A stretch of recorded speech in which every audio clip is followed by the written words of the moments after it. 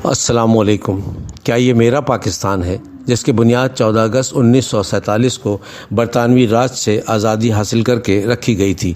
جس کی خاطر میرے بزرگوں نے اپنے لاکھوں پیاروں کی جان کا نذرانہ دے کر حاصل کیا تھا، جس کا اہم مقصد ایک اسلامی گہوارہ تھا جو مسلمانوں کے لیے تزکیہ روح و اخلاق کے ساتھ اخوت، ہمدردی کے احساسات کے ساتھ اقوام و ملت کی مختلف زبانوں اور رنگوں کے لوگوں کو یکجا کرنا تھا، اور اس عظیم قوم کو دنیا کے نقشے پہ معروض وجود میں لانے کے لیے بنایا گیا تھا، جس کا تصور ہی فلاحی مملکت تھا جہاں ہر شخص کو اس کی بنیادی ضرورتوں کا خیال رکھا جانا تھا۔ مگر بدقسمتی سے برسوں گزر جانے کے بعد بھی میرے پاکستان میں ایسا کچھ نہیں ہوا جس کا خواب میرے بزرگوں نے دیکھا تھا، جس کی تعبیر اپنی آنکھوں میں سجائے وہ اپنے رب سے جا ملے۔ تو پھر یہ کس کا پاکستان ہے جہاں آئین پاکستان کی دھجیاں اڑائی جاتی ہوں، جہاں سیاستدانوں کی کھلی جارحیت طاقت کا سرچشمہ ہو، کرپشن کھلے عام ہوتی ہو، جہاں غیر قانونی حرکات کی چشم پوشی کی جاتی ہو، جہاں چند گھرانے باری باری حکمرانی کر کے اس ملک کے غریب عوام کا لہو چوستے ہوں، جہاں سیاستدان پر کرپشن کے مقدمات چل رہے ہوں،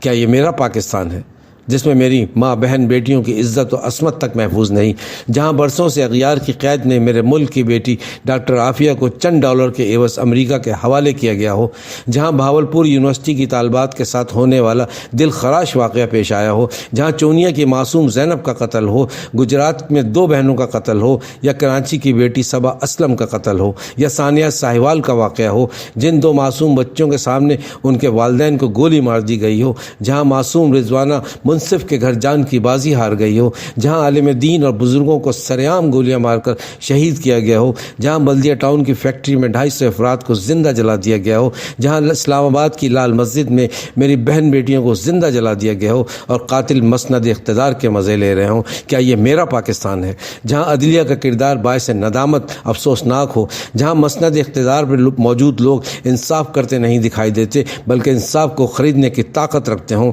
ہاں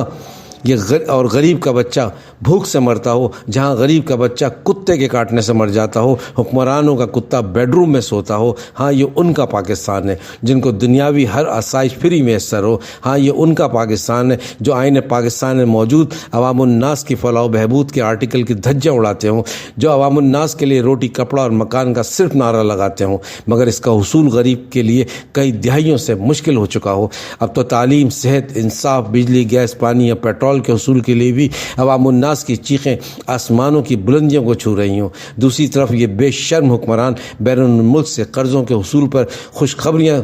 سنائے دکھائی دیتے ہیں۔ اس ملک کی بدقسمتی یہ ہے کہ عوام کے لیے پالیسیاں بنانے والوں کا تعلق اشرافیہ سے ہے جن کے نہ تو بچے یہاں تعلیم حاصل کرتے ہیں، نہ وہ خود رہتے ہیں، نہ ہی بیماری میں اپنا علاج یہاں کراتے ہیں، اور عوام کا یہ حال ہے کہ وہ مذہبی فرقوں اور سیاسی فرقوں کی بھیٹ چڑھ چکی ہے۔ ان کے نزدیک اپنا مسلک اور سیاسی لیڈر ہی سب کچھ ہے، چاہے وہ سیاسی یا مذہبی لیڈر کتنا ہی ڈرامے باز یا رنگ باز کیوں نہ ہو۔ ضرورت اس امر کی ہے کہ پاکستانی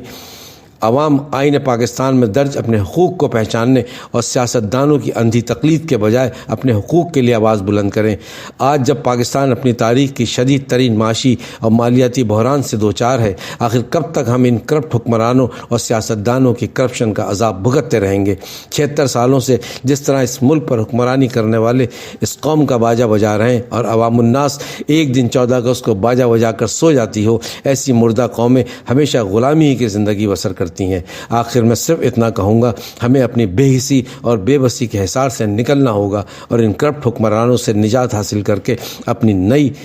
نسلوں کو مستقبل کو محفوظ کرنا ہوگا۔ اللہ ہم سب کا حامی و ناصر ہو۔ والسلام، بابر فاروقی۔